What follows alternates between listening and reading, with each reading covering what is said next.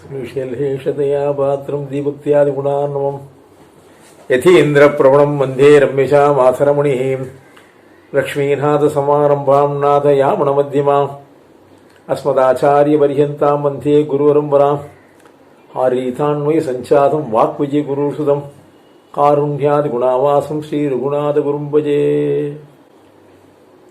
ஆழ்வார்களில் கடைசி அவதரித்த ஆழ்வார் மாறன் பணித்த தமிழ்மறைக்கு மங்கையர்கோன் ஆரங்கம் கூற அவதரித்த வீருடைய கார்த்திகைகள் கார்த்திகை நாள்.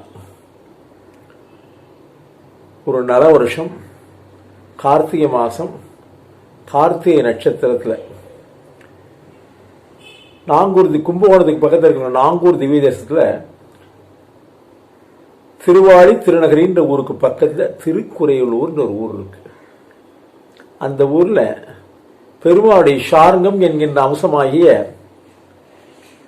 நீலன் ஒருத்தர், அந்த அம்சமான ஒருத்தர் பிறந்தார். அவருக்கு பேர் நீலன்னு பேர். சின்ன வயசுலேருந்து அவருக்கு யுத்தத்தில் ரொம்ப பிரியங்கள் ஜாஸ்தி. ஆகவே யுத்தத்தில் எல்லா கலைகளையும் கற்று ஒரு சிறந்த வீரனாக திகழ்ந்தார். இவர் சோழராஜா கிட்ட சேனை தளபதியா இருக்க, சேனை தலைவனா இருக்க. அப்போ சோழராஜாவுக்கு எனக்கு ரொம்ப பிடிச்சி போயிருது. பல யுத்தங்களை எல்லாம் யுத்தம் நடத்தி அந்த யுத்தங்கள்ல எல்லாம் சோழராஜாவுக்கு நிறைய வெற்றிகள்லாம் கொடுத்தார். சிறு வயதிலிருந்தே இந்த மாதிரி வித்தைகள் எல்லாம், வில் வித்தை, எல்லா விதமான வித்தை, போருக்குண்டான எல்லா தகுதியும் பெற்றுவிட்டார். உடனே மன்னர் மகிழ்ந்தார். மகிழ்ந்ததற்கு அப்புறம் இவருக்கு ஒரு சின்ன நாடை கொடுக்கிறார். திருமங்கைன்னு ஒரு ஊர், சிற்றூரை கொடுக்கிறார். அந்த சிற்றூருக்கு இவரே அரசரா பண்ணிடுறார். சிற்றூருக்கு அரசரா இருக்கிறவர்கள்லாம் அந்த ராஜாவுக்கு கப்பம் கொட்டணும்ன்ற ஒரு வழக்கங்கள் உண்டு. சிற்றூருக்கு ராஜாவா இருந்து திருமங்கைக்கு ரொம்ப நன்னா இருந்துன்னு இருக்கார். அப்போ அதுக்கு பக்கத்தில் திவ்ய தேசத்தில் தேவ மகளிரெல்லாம் வந்துன்னு இருக்கா. அங்கெல்லாம் அந்த நந்தவனங்களில் எல்லாம் ஓடியாடி இருந்துட்டு எல்லாரும் போனதுக்கப்புறம் ஒரே ஒரு பொண்ணு மாத்திரம் தனியாக நின்றுடுறா. ரொம்ப அழகான பொண்ணு. அப்போ அந்த பக்கமாக வரக்கூடிய ஒரு வைத்தியர், அந்த ஊரில் கூடிய வைத்தியர் பார்க்குறார். பார்த்துட்டு இந்த பொண்ணை நம்ம எடுத்து வளர்க்கலாமே, நமக்கு பொன் குழந்தையே இல்லையே என்று சொல்லி அந்த பொண்ணை எடுத்து அந்த ஒரு வளர்க்குற. அந்த பொண்ணை பார்க்குற போது அந்த பொண்ணு கையில் குமுத மலரை கையில் வச்சுருக்கா. குமுத மலரை கையை எடுத்து கையில் வச்சுருக்கா. ஆகவே அந்த குழந்தைக்கு தான் குமுதவள்ளி என்ற பெயர் சூட்டுறார். எல்லா விதமான கலைகளையும் கற்றுக் கொடுக்கிறார். அந்த பொண்ணு எல்லா விதமான கலைகளையும் நிறையா இருக்கு. ஆனாலும் வைஷ்ணவ பட்டு அந்த பொண்ணுக்கு இயற்கையிலேயே ஜாஸ்தியாக போச்சு. ஆக வைணவ சம்பிரதாயத்தை தவிர வேற எதையுமே பிடிக்க மாட்டேன், வைணவன் தான் சொல்ல கொள்கையோடு அந்த பொண்ணு வளர்ந்துட்டு இருக்கா. வளர்ந்துட்டு இருக்கிறவோ இதை திருமங்கை நாட்டை ஆளக்கூடிய நீலன்ற அவர் பார்க்குறார். அவர்கிட்ட எல்லாரும் போய் சொல்கிறார். சொன்ன உடனே அவர் இந்த அழகையெல்லாம் கற்பனை பண்ணி பார்க்குறார். ஆகா, இவ்வளோ ஒரு அழகான பொண்ணு இருக்கா, நாம் அந்த பொண்ணை கல்யாணம் பண்ணிக்கணுன்றதுக்காக இந்த பெண் கேட்கறதுக்காக போகிறார். இந்த பெண் கேட்கறதுக்கு போகிற போது அதுக்கு பேர், அந்த ஊர், அந்த பொண்ணு இருந்த உடனே திருவள்ளக்குளம், இதுக்கு பக்கத்தில் தான் இருக்கு. பூம்புகாருக்கு பக்கத்தில் அந்த கோயில் அமைஞ்சிருக்கு. அந்த திருவள்ளுக்குளத்தில் போய் அந்த குமுதவள்ளின்ற பேர் வச்ச பொண்ணுங்களோட எல்லா விதமான கதைகளையும் சொல்லி அந்த பொண்ணை நன்னா வளர்க்குற. திருமங்கை வியாபாரிக்கிறனா அந்த பொண்ணு நன்னா இருக்கான்றது கேள்விப்பட்டோன்னா அது மாதிரி ஒரு மனசுக்குள்ள ஒரு பீதி வந்துடுது. ஒரு தடவை சென்று பார்க்கலாமின்னு பார்க்குறேன். அந்த பொண்ணை வளர்க்கக்கூடிய அந்த வைத்தியர்கிட்டையும் போய் பேசுகிறேன். பேசி என்கிட்ட நிறைய செல்வங்கள் எல்லாம் இருக்குது, அந்த செல்வங்கள் எல்லாம் கொடுக்குறேன். அந்த பொண்ணை எனக்கு திருமணம் செய்து கொடுக்கணும்னு சொல்லி கேட்குறேன். அப்போது அவர் சொல்கிறார், என்னுடைய இந்த பொண்ணு குமுதவள்ளிக்கிட்ட கேட்டு பார்க்குறேன், அந்த பொண்ணு என்ன சொல்கிறான்னு தெரிஞ்சுட்டு அதுக்கப்புறம் சொல்கிறேன்ற. அந்த குமுதவள்ளிக்கிட்ட போய் சொல்கிறார், இவ்வளோ பெரிய செல்வந்தர், பார்க்கறதுக்கு அழகாக இருக்கார், ரொம்ப வீரனாகவும் இருக்கார், அவரை கல்யாணம் பண்ணிக்கணும்னு சொல்கிற போது அவர் சொல்கிறார், எனக்கு அழகை பற்றியோ வீரத்தை பற்றியோ செல்வத்தை பற்றியோ அக்கறை இல்லை. ஒரு சிறந்த வைஷ்ணவனாக இருக்கணும். என்னை திருமணம் பண்ணிக்கணும்னா பஞ்சநமஸ்காரம் பண்ணிக்கணும். வைஷ்ணவ சம்பிரதாய பிரகாரம் பஞ்சநமஸ்காரம் பண்ணிண்டா தான் நான் யோஜனை பண்ணுவேன். அதே மாதிரி அப்புறம் திருமங்கையாழ்வார் இந்த அழகில் மயங்கிடுறார். மடங்கி போய் அவரும் இது வரைக்கும் போர் சண்டையிலேயே இருந்தவர் மனசை திருந்தி கொஞ்சம் பக்தியில் பக்கத்தில் நாச்சியார் கோயிலில் இருக்கக்கூடிய திருநறையூர் நின்ற நம்பின்ற அந்த நம்பிக்கிட்ட தான் பஞ்சமஸ்காரம் பண்ண ஆறுதவருக்கு. பஞ்சமஸ்காரம் பண்ணதுக்கு அப்புறம் மறுபடியும் குமுதவள்ளி கேட்கும்போது குமுதவள்ளி சொல்கிறான், பஞ்சமஸ்காரம் பண்ணது போராது, தினமும் ஒரு 1000 ஸ்ரீ வைஷ்ணவர்களுக்கெல்லாம் ததியாராதனை பண்ணணும். அந்த 1000 ஸ்ரீ வைஷ்ணவர் சாப்பிட்ட ததியாராதனுடைய சேஷத்துவத்தை எடுத்துக்கணும் என்று சொல்கிறார். இவர் தான் திருமங்கை நீலன் அவருடைய அழகில் மயங்கி போயிடுறாரு. ஆகவே என்ன பண்ணுறாருன்னா, சரி 1000 ஸ்ரீ வைஷ்ணவர்களுக்கு ததியாராதனை பண்ணுறேன்னு சொல்கிறார். தினமும் 1000 ஸ்ரீ வைஷ்ணவர்களுக்கு ததியாராதனை பண்ணி அதனுடைய சேஷத்துவத்தையும் தான் எடுத்து பிரசாதமாக சாப்பிட்டு இருக்க. அந்த குமுதவள்ளி மேலே இருக்கக்கூடிய ஒரு பிரியத்தினால் அப்படி பண்ணிட்டு இருக்க. என்ன ஆகுது, செல்வம் 1000 பேருக்கு தினமும் ததியாராதனை பெரிய கைங்கரியமாச்சு. செல்வங்கள் எல்லாம் அவருக்கு கொஞ்சம் கொஞ்சமாக கரைஞ்சி போயிடுது. செல்வங்கள் கரைந்ததற்கு பிறகு இவர் இந்த சோழராஜாவுக்கு கட்ட வேண்டிய கப்பத்தையும் கட்டுறதில்லை. உடனே சோழராஜாவுக்கு ஒரு கோபம் வந்துடுறது. திருவங்கை மன்னனை பிடிச்சுன்னு வர சொல்லி தன்னுடைய படை தளபதி அனுப்புற போது அதெல்லாம் சண்டை போடுறது. திருவங்கை நம்ம நீலனை யாரும் ஜெயிக்க முடியறதில்லை. எல்லாம் பின்வாங்கினதுக்கு அப்புறம் அரசன் தந்திரமா இவரை பிடிச்சி கொண்டு போய் வர சொல்லி தந்திரமா பிடிச்சி இவரை ஜெயிலில் அடைச்சிடுறார். 3 நாட்கள் ஜெயிலில் பட்னியாவே இருக்கார். ஒன்றும் சாப்பிட்றதே இல்லை, பட்னியாவே இருந்துட்டு இருக்கார். இருக்கிற போது இவருடைய கனவுல காஞ்சிபுரம் தேவராஜ பெருமாள் சொல்றார், உனக்கு வேண்டிய செல்வங்கள்லாம் இருக்கு, நீ காஞ்சிபுரத்துக்கு வா, வேகவதி நதிக்கரையில் உனக்கு அந்த செல்வங்கள் எல்லாம் கொடுக்குறேன்னு சொன்ன உடனே சரி இதை மன்னர்கிட்ட தூதூர் மூலியமாக நன்னர்கிட்ட சொல்கிறார். மன்னருக்கு ஒரே ஆச்சரியமாக இருக்குது, இப்படி கூட நடக்குமா, செல்வங்கள் அங்கே இருக்குன்னு பெருமாள் சொல்லுவாரா, பட் இவருடைய சொல்கிறாரு என்ன பண்ணுறதுன்னு சொல்லி தன்னுடைய ஆள்களாம் அனுப்பி வைக்கிறார். அவள் போய் வேகவதியில் சேர்ற போது வேகவதி நதிக்கரையில் அந்த மணலுக்குள் நோண்டி பார்த்தா கிடைக்கும்னு சொல்வது, மணலில் நோண்டி பார்க்குற போது நிறைய பொருள்கள் கிடைக்கிறது. மன்னனுக்கு செலுத்த வேண்டியதான செலுத்தி மீதிய பூர பாகவத ததியாராதன கைங்கரியத்தையும் ஆங்காங்குள்ள கோள்களுக்கெல்லாம் கைங்கரியம் பண்ணுறதுலேயே தான் இது பண்ணிடுற, செலவு பண்ணிடுற. செலவு பண்ணோன்னு ராஜாவுக்கு ஒரே ஆச்சரியமாக போச்சு.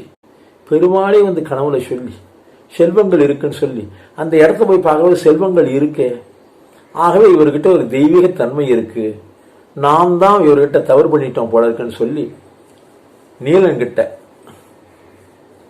அபராதட்சணம் வாங்கிக்கிறார். நான் பண்ணது தப்பு, எனக்கு நீ கப்பங்கண்ட செல்வத்தையும் நீயே வச்சுக்கோ, அது இந்த மாதிரி தெய்வீக காரியங்களுக்கே நீ செலவு பண்ணுன்னு சொல்லி சொல்ற. இவரும் செலவு பண்ணிட்டே இருக்கார். இவர்கிட்ட ஒரு குதிரை இருக்கு, ஆடல்மான்னு ஒரு குதிரை இருக்கு. அந்த குதிரை பறக்கும் தன்மை கொண்டது, எங்கே வேணா எந்த வேகமா வேணா போகும். அந்த மாதிரி ஆடல்மான்ற குதிரை இருக்கு. அதுபோல் இவர்கிட்ட 4 பேர் கூட இருக்கா. இவர் கூட ஒருத்தனுக்கு பேர் தாளூதுவான்னு பேர். ஒண்ணுமில்ல, அந்த பூட்டுக்கிட்டு எங்கேயாவது இருந்ததுன்னா அதை அவன் வாயில காத்துல ஊதினாலே அந்த பூட்டு திறந்துடும். அந்த அளவுக்கு அவனுக்கு ஒரு சக்தி. அதே மாதிரி தோளா வடக்குன்னு ஒருத்தன் எங்கே போய் பிரதிவாதம் பண்ணாலும் வாதங்கள் பண்ணாலும் அவன் ஜெயிச்சிருவான்.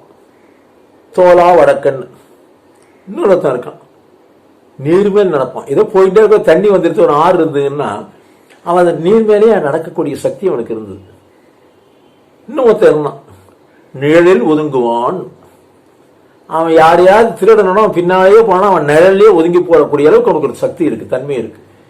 இந்த மாதிரி திருவங்காவாட்ட 4 பேர் இருக்கான். 4 பேர் இருந்தவொடனே இவர் என்னதான் இருந்தாலும் செல்வங்களை எல்லாம் பூரா ததியாரான கைங்கரிகள் மற்ற பெருமாளுடைய திருப்பணிகளுக்கே செலவு பண்ணதுக்கு அப்புறம் செல்வங்கள் ரொம்ப குறைஞ்சு போயிடுது. குறைஞ்சு போறவங்களுக்கு ஒரு யோஜனை வருது, செல்வங்கள் குறைஞ்சு போச்சே, சரி நல்ல பணம் உள்ளவர்கள் வசதி உள்ளவர்கள் நல்ல காரியங்களுக்கெல்லாம் செலவு பண்ணாதெல்லாம் இருப்பார் இல்லையா, அந்த மாதிரி இருக்குங்கிறது செல்வத்தை எடுத்து அபகரிச்சு இந்த கைங்கரித்து பண்ற தப்பு இல்லையேன்ற அளவுக்கு ஒரு எண்ணங்கள் தோன்றுது. ஏன்னா தினமும் பாக ததியாராதையும் பெருமாள் கைங்கரியம் தான் முக்கியம்ன்ற அளவுக்கு வந்ததுக்கு அப்புறம் உபயோகம் இல்லாத செல்வத்தை உபயோகப்படுத்திக்கலாமேன்னு சொல்லி பல இடங்கள்ல போய் பலர்கிட்ட வழிப்பறை செய்கிற. இந்த மாதிரி நிறைய வழிப்பறை செய்து அதில் வரக்கூடிய பொருள்களை எல்லாம் ஆங்காங்குள்ள திருக்கோயில்களுக்கெல்லாம் செலவு பண்ணி பாகவத ததியாராயணம்லாம் பண்ணி ரொம்ப சீரும் சிறப்புமா எல்லாத்தையும் தன்னுடைய கைங்கரத்தை பண்ணிக்கிற. அதை ஒரு தவறுன்னு தெரியறதில்லை. அதுவும் பெருமாள் திருவுள்ளம் போல இருக்கு. அப்போ பெருமாள் கிட்ட தாயார் சொல்றா, இந்த மாதிரி இருக்கக்கூடிய நீலனை நம்ம சரி பண்ணணுமே அப்படின்னு சொல்ற போது அதற்கு சரின்னு சொல்லி திருவண்ணங்கொல்லின்ற இடத்துக்கு பக்கத்துல திருமணஞ்சேரின் அங்க என்ன பண்றதுன்னா, ஒரு நாள் ஒரு வழிபறை படிக்கலான்ற போது அங்க ஒரு பெரிய கூட்டம், ஒரு கல்யாண தம்பதிகள், கணவன் மனைவி சுற்றார் உறவினரெல்லாம் மிகப்பெரிய ஆர்ப்பாட்டமா அந்த கல்யாணத்தை நடத்திட்டு நல்ல எல்லாரும் செல்வங்கள் எல்லாம் நகையடிகள் எல்லாம் நடந்துட்டு ரொம்ப செல்வத்தோடு எல்லாம் கூடி வந்துட்டு இருக்காங்க. உடனே பார்க்குற நீலன் பார்த்துட்டு அவருக்கு என்ன வருதுன்னா, ஓஹோ இவர்கிட்ட வழிபறி செஞ்சா நமக்கு நிறைய செல்வங்கள் சிக்குமே, வழிபறி செய்யலாம்னு சொல்லி தன்னுடைய கிட்ட இருக்கிற வாழை காமிச்சு மிரட்டுறார் எல்லாரையும். எல்லாம் நகைகளை பூரா கழட்டி வைங்க, ஒரு துண்டை விரிக்கிறார், நகைகளை பூரா கழட்டி எல்லாரும் உள்ள போட்டுடுறார்.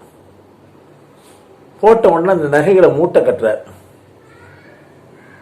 கட்ட போது அந்த நகைய மூட்டையை இருக்கு தூக்க முடியாத அளவுக்கு கனம் இருக்கு. அப்ப திடீர்னு பார்க்கிற போது பெருமாளுடைய காலில் ஒரு கணையாளி மாதிரி ஒன்று இருக்கு. அதுவும் விளைவு வருதா தெரிகிற உடனே அதை எடுக்கணும்னு பார்த்து ரொம்ப கஷ்டப்பட்டு அதை எடுக்க பார்க்கிறார். எடுக்கவே வர்றதில்லை. தான் தன்னுடைய பல்லால கடிச்சு வைக்கலான்றதுக்காக இழுக்கிற போதும் வர்றதில்லை. அப்ப பெருமாள் சொல்ற, அங்க இருக்கக்கூடிய மாப்பிள்ள சொல்ற, கலியனோ நீர், ஆஹா பெரிய சக்தி உள்ளவன் கலியன்னு சொல்றாரு, நீதான் கலியனா என்று சொன்ன உடனே அவனுக்கு கோபம் வந்துடுது. நீலனுக்கு கோபம் வந்துடுது. சரி, தான் அபகரித்த அந்த நகையில் இருக்கிற மூட்டையை தூக்கலானா மூட்டையும் தூக்க முடியல. பெரிய கலியன்னு சொல்ற, வீரன்னு சொல்ற, இந்த மூட்டையை தூக்க முடியலையா உடனே அவன் நீலனுக்கு கோபம் பெருமாள் கிட்ட என்ன பண்றான்னா கத்தியை காமிக்கிறான். வாழ்வழியால் மந்திரங்கள் தூயோன் சுடர்மான வேல். எல்லாத்தையும் பெருமாள்கிட்ட பாடி இருக்கா, கெஞ்சிருக்கா. கத்தியை காட்டி இது பண்ண முடியுமா? நீ ஏதோ ஒரு மந்திரம் பண்ணிட்ட, அந்த மந்திரம் பண்ணனால்தான் உன்னுடைய காலில் இருக்கிற கடையாளியை கழட்ட முடியல, இந்த நகையெல்லாம் எடுத்து அந்த மூட்டையை என்னால் கட்டி தூக்க முடியல. ஆகவே நீ ஏதோ ஒரு மந்திரம் பண்ணிட்ட, அது என்ன மந்திரம்னு எனக்கு சொல்லணும். இல்லை உன்னை என்ன பண்றேன் பாருன்னு கத்தியை காமிச்சு வரட்டும். கத்திய வாழ்வழியால் மந்திரங்கள். உடனே அந்த வந்தவர் யாருன்னா பெருமாளும் தாயாருமே மணக்கோலத்துல கல்யாண திருக்கோலத்துல வந்திருக்கா. இந்த கலியனை திருத்தணுன்றதுக்காக வந்திருக்கா. அப்ப பெருமாள் திருமங்காவார் கூப்பிடுற, பக்கத்தை கூட்டு ஒரு காதுக்குள்ள சொல்ற, திருமந்திரத்தை சொல்ற. உடனே நீலனுக்கு நீலன் கலியன் எல்லாம் அவனுக்கு பேர். திருமங்கை இருக்க நாட்டுக்கு அரசனா இருக்கனால திருமங்கை மன்னன்னு பேர்.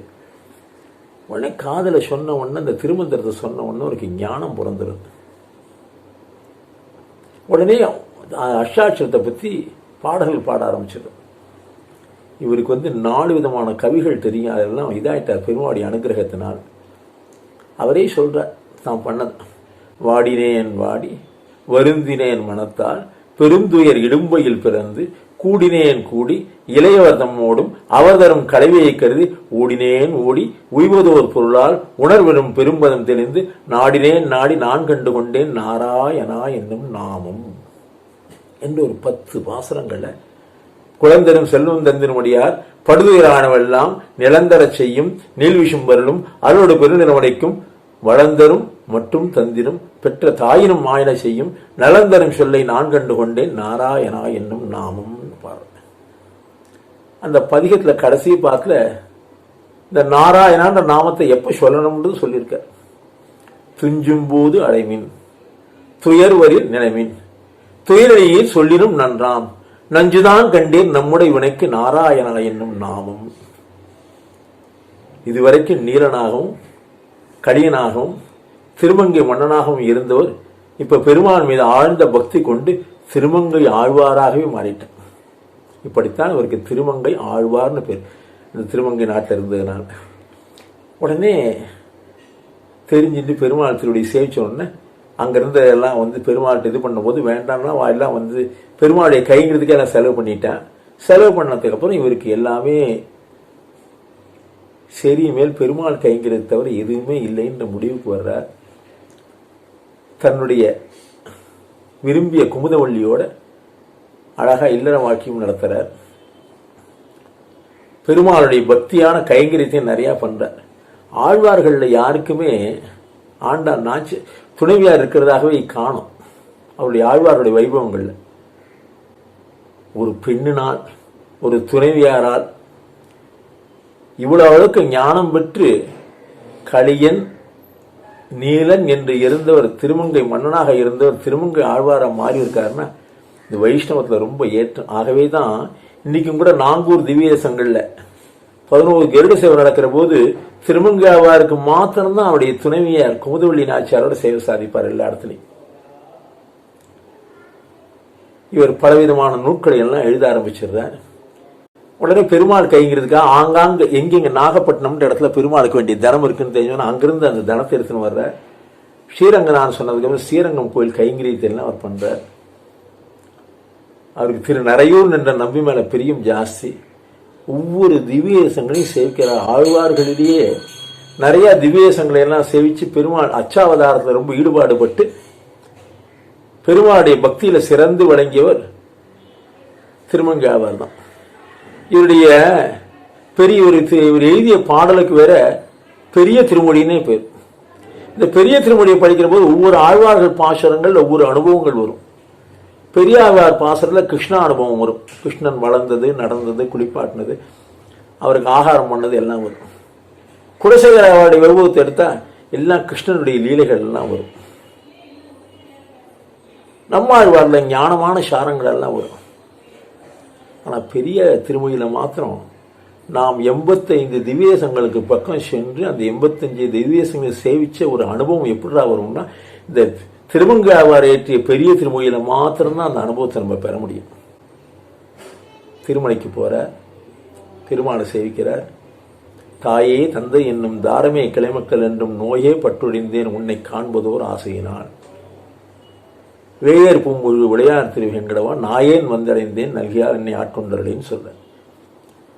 கண்ணா ஏழுக்கும் உயிராயன் கார்வனனை விண்ணோர் தாம்பரம் பொழில் வேங்கடர் வேதியனை தின்னார் மானங்கள் சூ திருமங்கையர் கோட்கடியன் பன்னார் பாடல் பத்தும் பயில்வார்க்கு இல்லை பாவங்களேன்.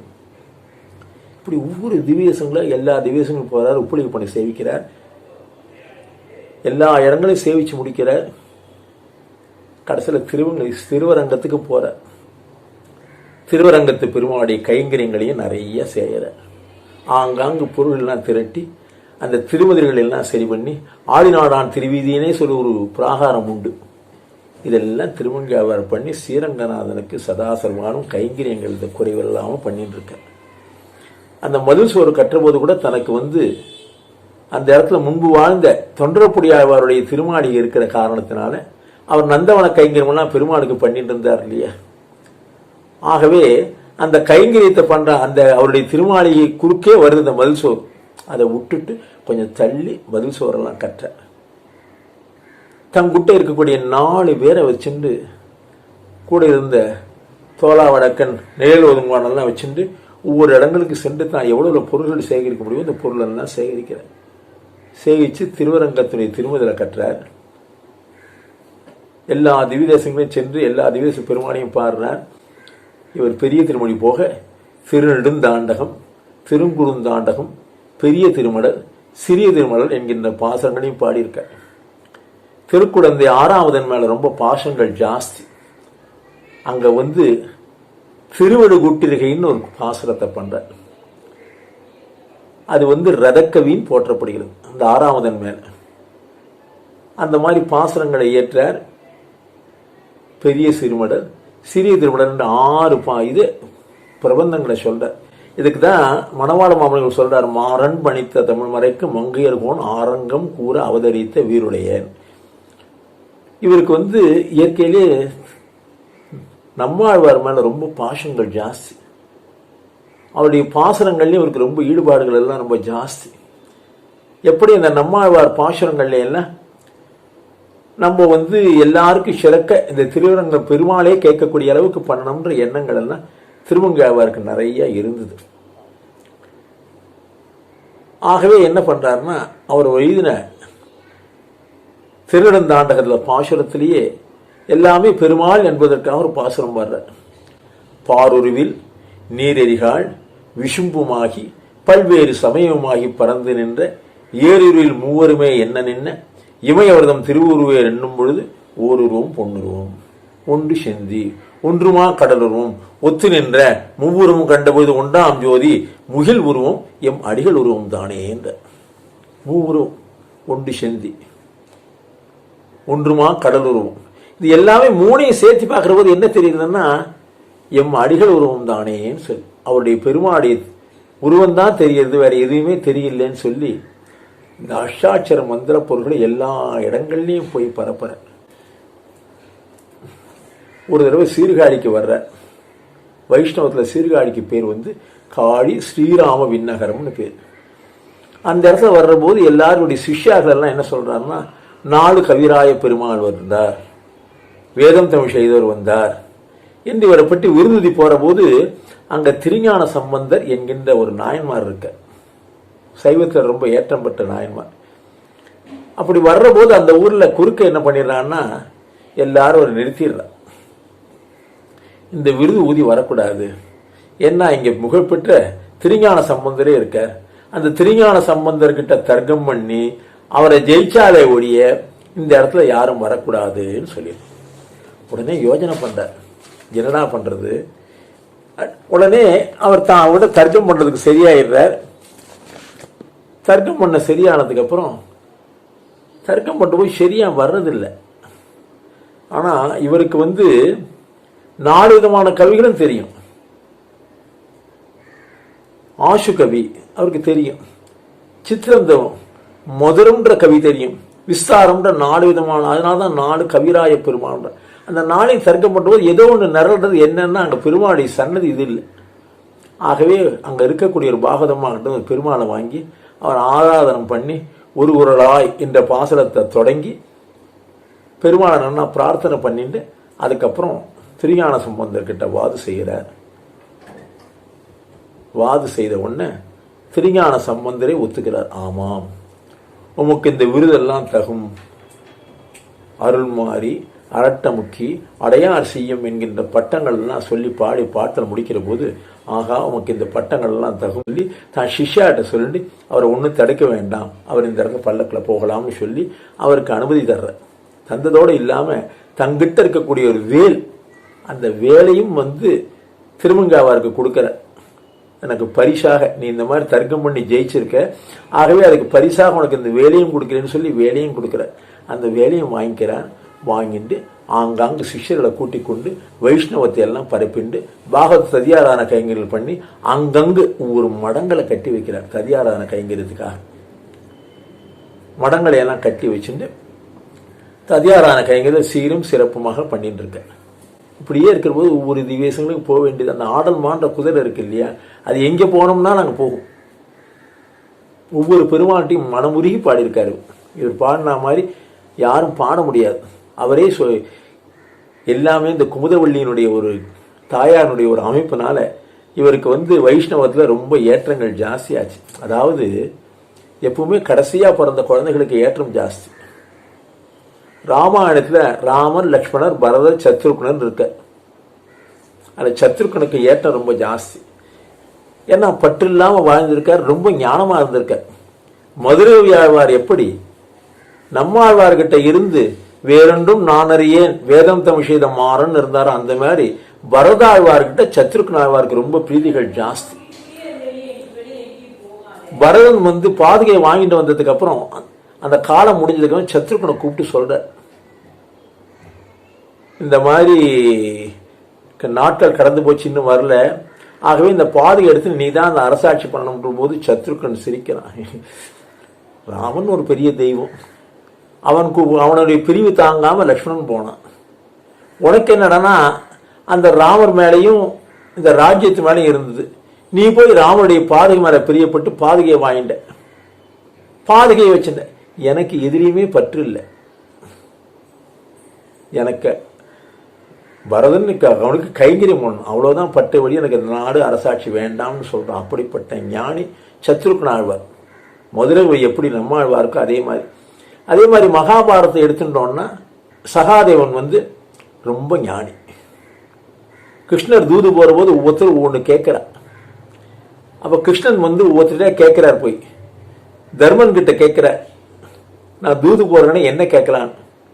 கண்டிப்பாக ராஜ்யத்தில் தர்மத்து பிரகாரம் பாதி ராஜ்யம் கேட்டுப்பாரு, கண்டிப்பாக பாதி ராஜ்யம் வேணும்னு சொல்லுன்னு சொல்லி தர்மநீதி எல்லாம் சொல்கிறார்.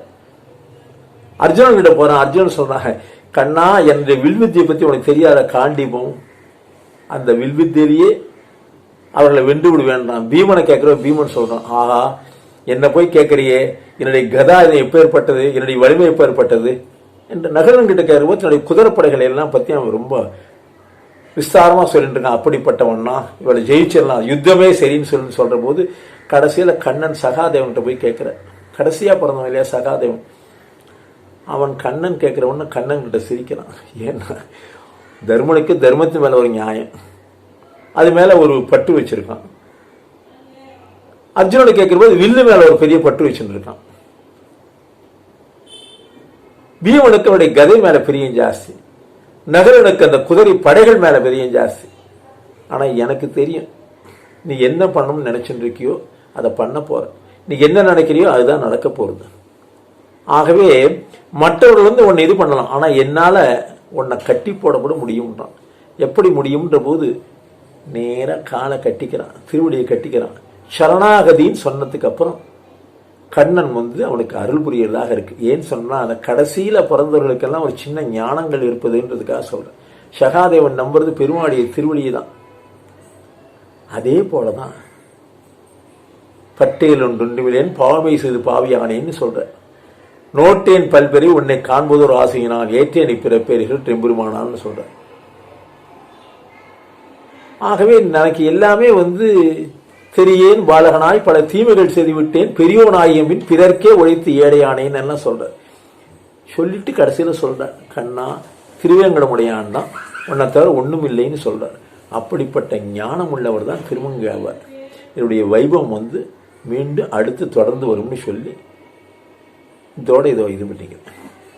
ஸ்ரீமதே ரம்யஜா மாத்ருமுனீந்திராய மகாத்மனே ஸ்ரீரங்க வாசனே பூயார் நித்யஸ்ரீ நித்யமங்கலம்.